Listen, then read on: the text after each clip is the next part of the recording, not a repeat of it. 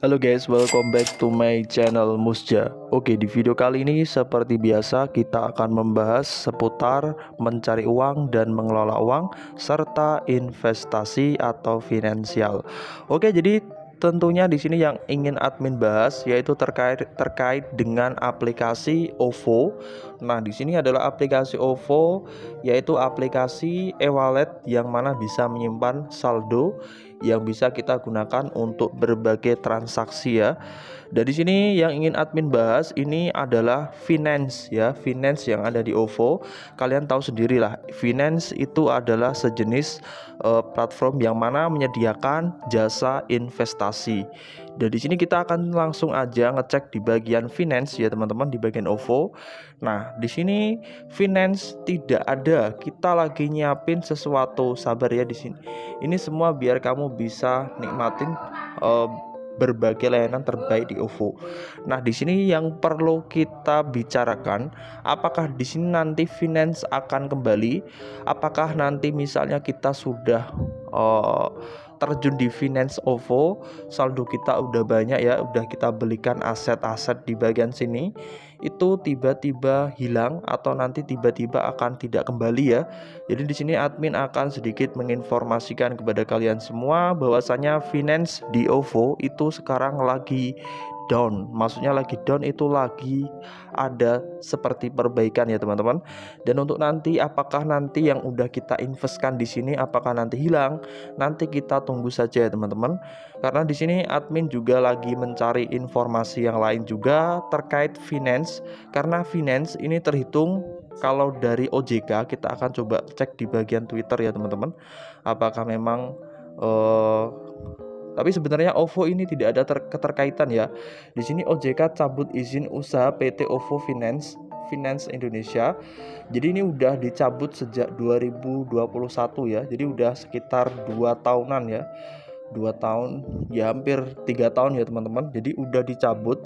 Dan di sini alasan pencabutan ya teman-teman, di sini ada sedikit alasan pencabutan pembubaran karena keputusan RUPS. Dan di sini admin juga sedikit mencurigai ya di tahun tersebut apakah benar-benar OVO Finance itu benar-benar dihilangkan.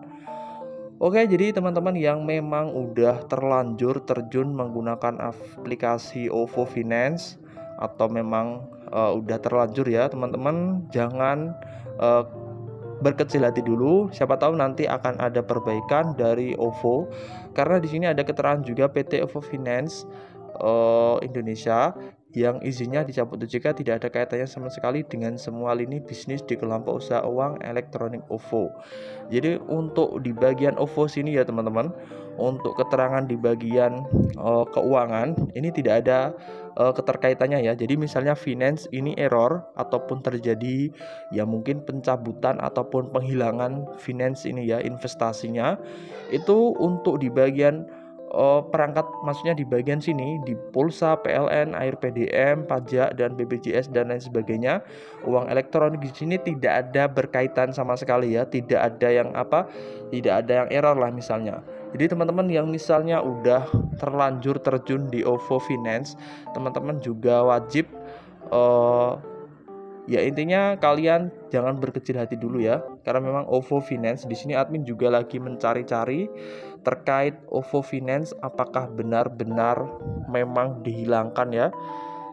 Di sini admin coba mencari OVO Finance ya.